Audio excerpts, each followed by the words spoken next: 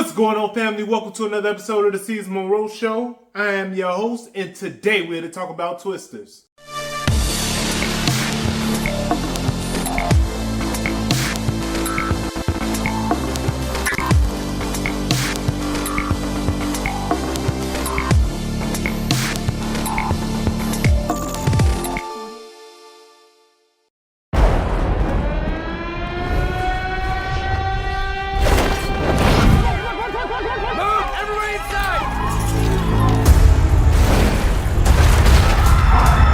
So Twisters wasn't a film that I was really interested in. It's another disaster film. And honestly, I don't feel that disaster films really are good unless it's coming from like a Roland Emmerich, who is the director of 2012, Day After Tomorrow, you know, things of that nature. And those are the films that I feel like you feel worried in those type of situations. And I thought Twisters would bring us there just a little bit, especially here in Chicagoland. We just had a tornado, so I felt like it was the perfect timing for it, but it didn't stick to land, and I'm going to tell you why.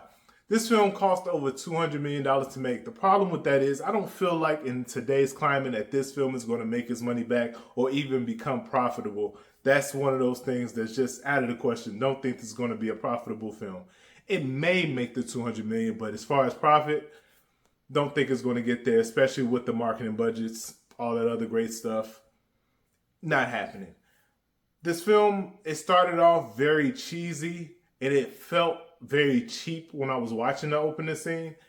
And again, some things happen in this opening scene where you should be worried about these twisters. And unfortunately, just throughout the film, you don't seem to be worried about these twisters at all. Like there's nothing, you don't feel the danger anymore.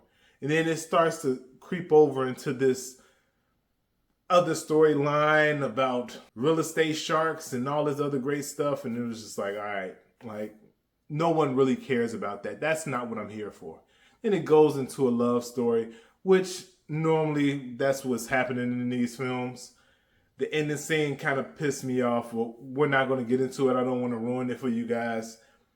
All in all, I give this movie a 4 out of 10. The reason being, I felt like the acting just wasn't there. The storyline was weak. And on top of that, it just seemed like very, very convenient at times for things to happen. And I didn't like that, like, at all. We have to be honest with ourselves here, guys. This film just felt rushed. Like they just threw something out there. Good thing about this film, I didn't feel like it was too long. It was a 2-hour film. Kind of got straight to the point with the opening scene. Although it felt cheap, it got us there. And I felt like the rest of the film was interesting enough to hold my attention. But other than that, I just felt like the film fell flat. I don't want to, again, going into the ending scene, we're going to just be a little upset about it. Again, there were callbacks to the first film, and I thought that was nice. Other than that, they could have kept Twisters too, or Twisters, whatever. They could have kept this film. Like, nobody needed it. We weren't asking for this film in 2024. But we're going to see. Maybe I'm wrong. You guys, let me know if you're going to go see it this weekend. I appreciate you letting me know down in the comments. Don't forget to like, share, and hit that subscribe button. And one last thing, today is July 18th. I'm shooting this July 18th. I know you won't see this until tomorrow, but July 18th is the anniversary of The Dark Knight. And I just want people to know that that is one of my favorite films of all time. One of them. It's probably top 10. I'm going to just put it to you like that.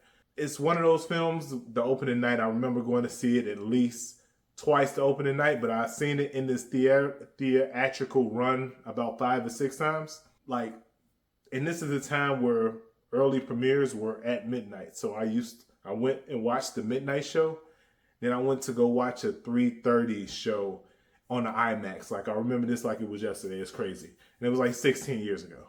So that's what I had to do today. It was just one of those moments where it was just like, I haven't watched this film in a while, and what better day would it be to watch it than today? So I did that earlier. So definitely go watch The Dark Knight if you haven't watched it. If you haven't, I feel like you're from another planet, because who avoids that type of film?